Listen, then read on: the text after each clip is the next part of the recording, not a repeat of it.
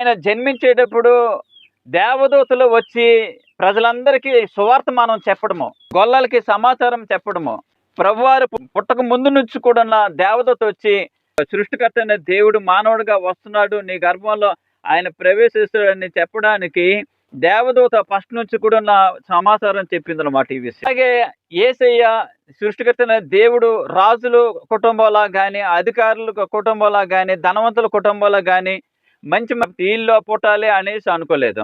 పేద ఒక కన్యక గర్భంలో ఆయన జన్మించాడు.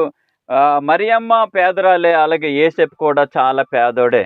ఇద్దరు కూడా ఆయన ఎక్కడో జన్మించలేదు, మంచి ఇంటిలో జన్మించలేదు.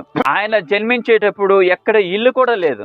ఒక గ్రంథంలో రాయబడ్డది, బెత్లెహేము ఎఫ్రాతా అనే స్థలం మధ్యలో వెళ్తుండగా ఆమె డెలివరీ అయిపోయింది అనమాట.